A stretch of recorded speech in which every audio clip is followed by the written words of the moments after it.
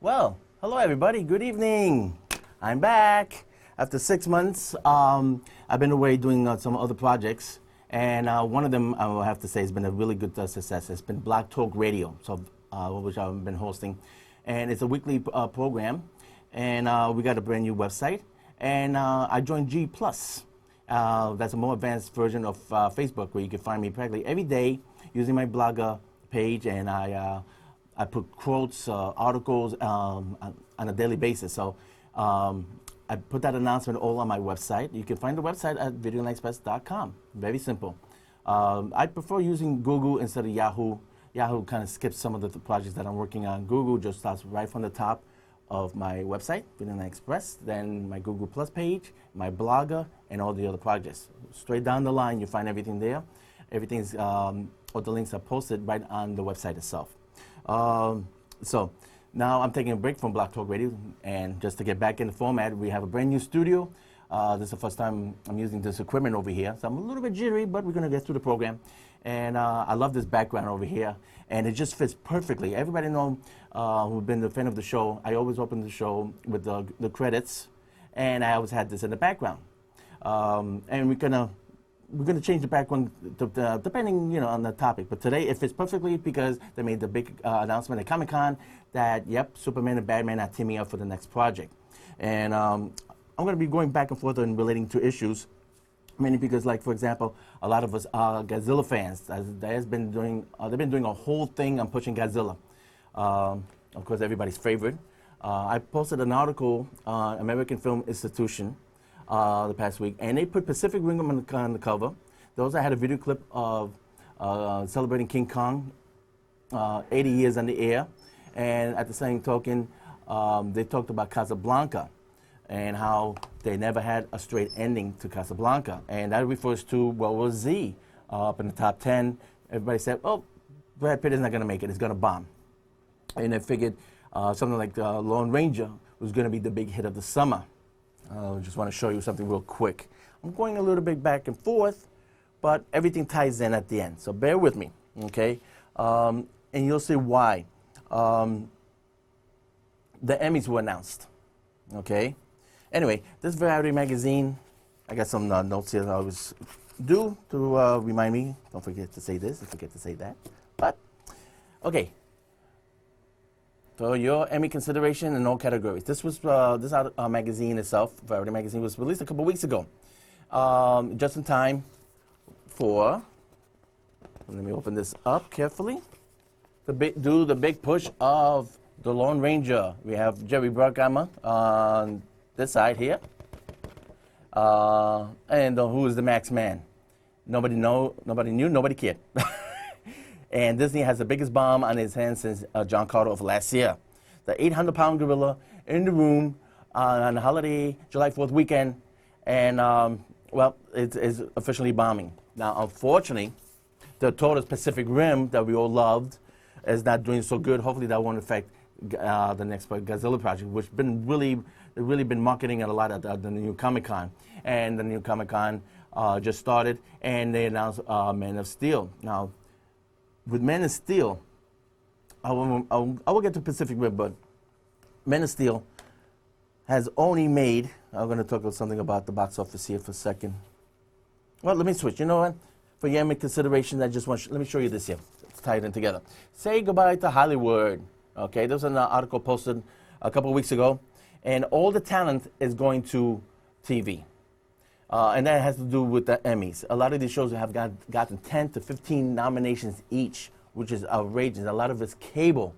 And what's happening, all the good quality work is going to cable. That also includes new shows on YouTube, Netflix, House of Cards. Kevin Spacey is doing huge. Okay, a lot of nominations. And Hollywood is not getting it. People do want good quality work, good films. And we're getting the garbage at the box office, which I'll get to. Well, so this is a good article. Don't forget, I did mention Black Talk Radio. I'm going to go more into further detail. So this is kind of like an opening statement this next half hour. And I believe next couple of days, I believe either this coming Monday or Tuesday, Black Talk Radio will have a second season premiere. Okay? Black Talk Radio usually is just a radio show. They go 24/7. I decided to format it where it's kind of celebrating a 23rd year over here in Manhattan Cable, and that's going to be my second year in Black Talk Radio. So that's why I kind of putting both shows together right next to each other. I forgot to mention that at the top of the show. But I'll be going more in details on these topics I'm talking about. But they were scared, going back to the box office now, that they need to push these films that they do have at the box office, and this was happening. Man of Steel has made over $600 million worldwide. Not good. And you wonder, asking why? Very simple. Iron Man 3, that piece of garbage, which I hated. Mandarin is an actor. That really pissed me off as an Iron Man fan. If you don't want to do offend the Chinese, so Mandarin, yeah, that's why they made Mandarin an actor. Because they didn't want to offend the Chinese, because the Chinese box office is really huge. They could have had, what's it, the other character, the Kristen Colt or whatever, and how come they didn't have him? I know I'm saying the name wrong, but you know what I mean. Crimson Dynamo, excuse me. There's a Paul McCartney song that's been posted on YouTube from the new album Rock Show.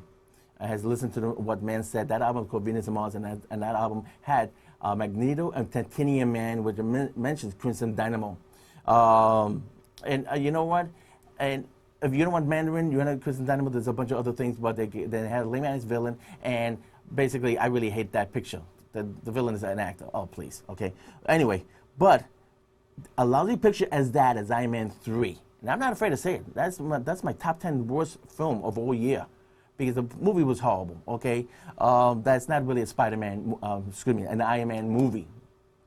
I'm getting confused because all those trailers you see with Jamie Foxx's Electro with Spider-Man, I think that's going to work. But anyway, Man of Steel made half the money, okay? And they wanted $1 billion on Man of Steel. Now, the next Man of Steel was supposed to introduce Lex Luthor, the Fortress of Solitude, and of course, the whole Clark Kent image. They're scraping all that. They're getting Batman in there. They're not having a new actor. Who cares? It's all about the Batman. It doesn't matter about Bruce Wayne. They spent too much time in the last movie, 3 hours, on Bruce Wayne instead of Batman.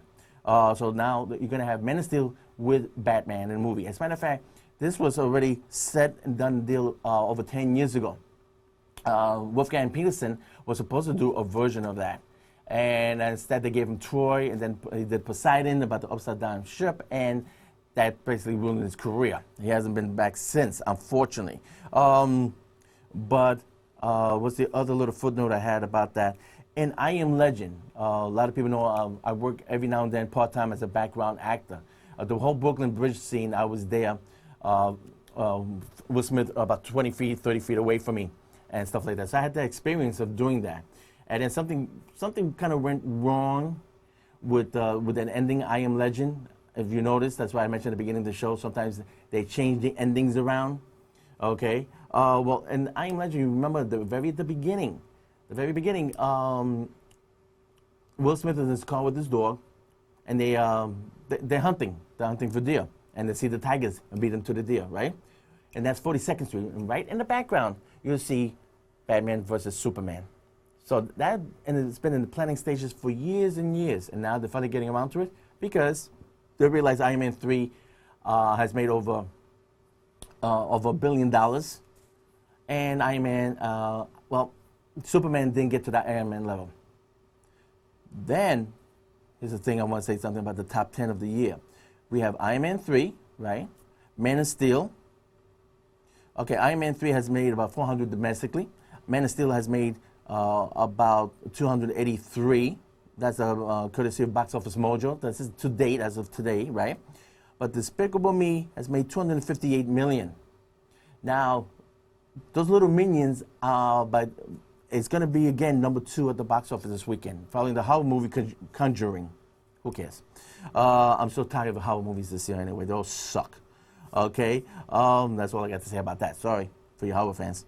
But anyway, more on that on Black Talk Radio. But Despicable Me is still going to be the second number 2 picture in this box office weekend. That means when Despicable Me gets done at the box office for another 2-3 weeks, it's going to beat The Man of Steel. So Despicable Me is going to be number 2 at the box office for the top 10 in the U.S. market. Studios don't like that. How can Minions beat Superman, Man of Steel? That's why they went ahead and said, listen, let's scrap over the project together. Let's put them together.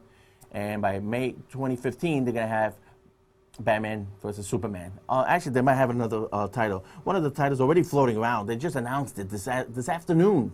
Luckily, I managed to find out before I just put the show. It was from one of the comic book adaptations, The World's Finest. That's the nickname of the new movie.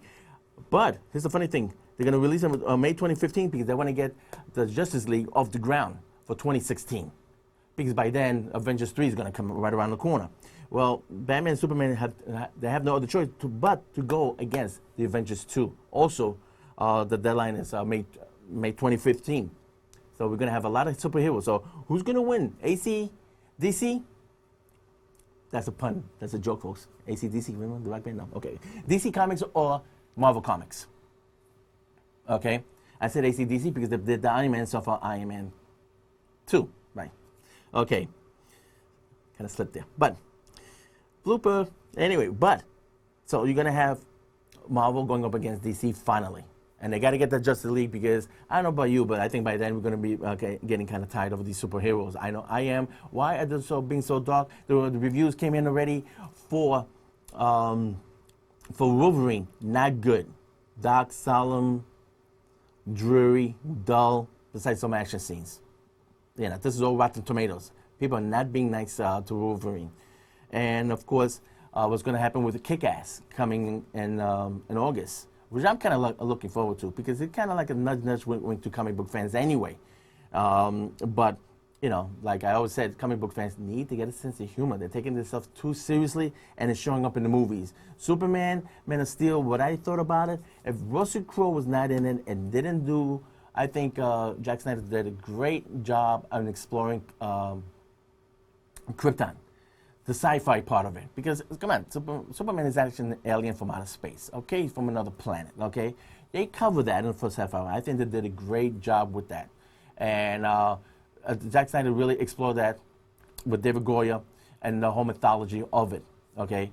And Russell Crowe, I think, stole the picture. And there's nothing against Henry Cavill doing Superman, okay. He did a great job, no problem with that. But what I didn't like when they got out of that whole Krypton planet thing. And they started going with the flashbacks. I hate flashbacks. It's just a thing with me. And they keep going back and forth with the flashbacks. Okay? And then, you know, all of a sudden, Russell Crowe shows up again and says, okay, he's kind of saving this movie. Unfortunately, the second half didn't do anything with General Zod. I will find him. I will find him. They couldn't give him any better lines. And that whole action, all back and forth. And that whole ending, 10, 15 minutes trashing the city. Some people kind of, you know, we're New Yorkers. The show's based in New York City. I lived a couple blocks away from 9/11 when that tragedy happened. And somebody asked me, does it affect you? I said, no, because first of all, it's a comic book, it's a fantasy, and it's sci-fi, okay? And, you know, New York City is just a stand-in. It's a prop for a science fiction movie, okay? So, so in relation to that part did not bother me, but just back and forth, trashing and trashing and trashing. Can we get on with the ending over here? So if it wasn't for Russell Crowe on the whole Krypton kind of thing angle, on my blog, I do little mini reviews. Every day the movie comes up, or I miss the movie, I try to catch up. By end of the week, or by the end of the weekend, I put little synopsis real quick, what I think. I gave Superman a 3. But looking back at it now, it probably will get like a 2.5. I rate my movies from 1 to 5, okay? Despicable Me gets a 4 because I love the first one a little bit better because it was the original. That I will get a 5, just to let you know my ratings. You will see the ratings on my blog and stuff, and when I go on Blog Talk Radio, a little bit more relaxed, not so rushing, because I had this bad habit of trying to squeeze everything into 30 minutes. The Blog Talk Radio is about an hour and a half show, and I get more relaxed and start telling you more trivia and stuff like that. I hope you tune in. One little point, if I get to mention, okay. Gplus, you have to join Gplus. Like you will sign up for Twitter, you will have to sign up for Facebook, you will have to sign up for Google Gplus. Gplus is, like I said, an equivalent for Facebook, as the people are not as mean or nasty as Facebook. Buddy out there, I'm talking to you. Anyway, there's somebody out there's a real pain in the ass. Get a life, buddy. Anyway, people at Gplus are more professional, much nicer, and they like to share things. And some people have been really nice to give me articles. Hey, Frank, do you see this? And you might be interested in this for your audience and stuff like that. I mean, it's so cool, and I talk about that on the show. And to get to my blog and to get to my page, you have to sign up to Gplus. But there's a lot of benefits, and because of that, you notice I show King Kong versus Godzilla. Yes, I set up a community page of Godzilla fans. Yes, because everybody's talking about the new Godzilla.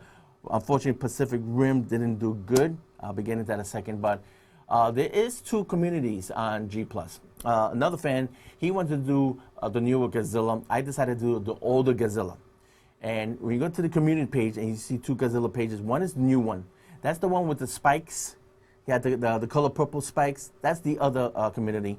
The one I got that I set up is the one where it's the old Godzilla. It had the picture. Remember the Godzilla box set by Classic Media? It was a nice green box set. Well, I took the picture of the green Godzilla, the old Godzilla, the Gogeta from the 1954 black and white classic. And so it's kind of green tinted. It had that mug, that Godzilla mug. That's the community page. As a matter of fact, a lot of people don't know my logo, and I'm going to present that on the next show here. And the logo is a big anime eyeball. And if you look inside the eyeball in the corner, you see a little F for Frankie-san. Okay? Let me explain Frankie-san. That's been my nickname. Everybody used to know me over here as Frankie B. And basically what happened was there was too many Frankie Bs all over YouTube. And a little history, somebody decided, they knew I was a big anime fan, Godzilla fan. And they said, hey, you know what's Frank in Japanese? I said, no, Frankie-san. It's stuck. But you will find me as Frankie, Frank Ball, Frank Aaron, Frank Jr., you know. All that is on Google. But I have the Japanese logo, and that Japanese anime eyeball logo is on the community page. You'll find me, okay? As a matter of fact, when you put your mouse over the eyeball, you'll see a picture of me in the old M&N Studios at the editing decks, wearing the same shirt, okay? So, just a little footnote. Now, going back to Pacific Rim, Godzilla versus King Kong, I mentioned that before. In Pacific Rim, and let me tell you, there's a little thing about the Pacific Rim. I believe James Cameron has a lot to do with it, and he's not credited. I'll be going more into the biography of James Cameron on the Block Talk Radio show, which is going to have its premiere this coming week, okay? July 18th, 19th, 20th, I believe. But anyway, they're best of friends, and everybody knows James Cameron went all the way deep down in the bottom of the ocean, okay? And he did a movie called Deep in the Sea, and it was IMAX in 3D about 8 years ago. And so he's really big in underwater sea exploring. Everybody knows the thing he did with Titanic. So he saw a lot of creatures down there that use neon lights. And I'm pretty sure he went to Toto, hey, listen, you might use this for your creatures. I mean, the design is really a James Cameron. You know, he knows how to draw. So he probably did these nice renderings and say, maybe this might be some good idea for your creatures. I believe Cameron had a little something to do with Pacific Rim. They should have made some kind of announcement about that. I think it would have helped the box office. But also, there's, with the creatures, the way they were built, there was a lot of Ray Harryhausen. Okay. Everybody knows the classic Jason and the Argonauts. Ray Harryhausen passed away, and we didn't get a chance to do a dedication, but we will because they just finally re-released Ray Harryhausen Sci-Fi Titan, or Special Effects Artist Titan. And that's the name of the Blu-ray. I'm still waiting for it on Amazon. It's been 2 weeks since I ordered it, and I'm still waiting for it. But anyway, and there's they have interviews with James Cameron, even Spielberg. Thanks. Hope we don't mind. Ray, that we took a lot of your ideas for Jurassic Park. Everybody knows that Jurassic 4 is coming around the corner. And Totoro said, he was one of my childhood idols. And it was for him that I always, a lot of the creatures in Hellboy. As a matter of fact, Hellboy #2, when Hellboy grabs that big ass gun and he goes against that big flower, that big giant forest tree kind of flower kind of thingy. Looked like sort of like Godzilla vs. Videoland, that big forest thing. And he said that was directly based, and he was paying homage to Ray Harryhausen in that one specific scene. So a little footnote, we're going to have a homage to it when Percy Jackson, the Sea of Monsters, I believe is another film that's coming out. It's a sequel to Percy to the first movie that was released 2 years ago. If it did get okay for a sequel, and there's a lot of homage in that film to Ray Harryhausen. When that film comes out, we're going to do a big Ray Harryhausen special on Black Talk Radio. And hopefully by the next show, I'll have the Blu-ray and we'll talk a little bit more about it. But there'll be a lot of stuff mentioned about Ray Harryhausen. And of course, he worked on, he was inspired by King Kong, you know. He was a protege of Mary C. Cooper. There's a lot to it, which we're going to be talking about it, okay? For Pacific Rim, going back to that, because I'm looking at the clock here, because I got some other things to get to. Again, more details. So this is kind of like a preview of things we're going to be talking about Black Talk Radio. And yes, we'll be going, we've been doing some kind of like previews and stuff.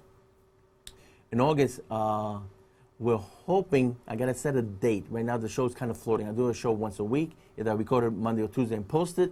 Then people eventually follow up on that. We'll be taking live phone calls. And we're going to also do that with this here. So we're going to go back to our roots. Right now we're trying to catch up, trying to put both shows close together. So when you see us over here, a couple of days you can hear us on Black Talk Radio. We're going to be taking phone calls over here. And a couple shows.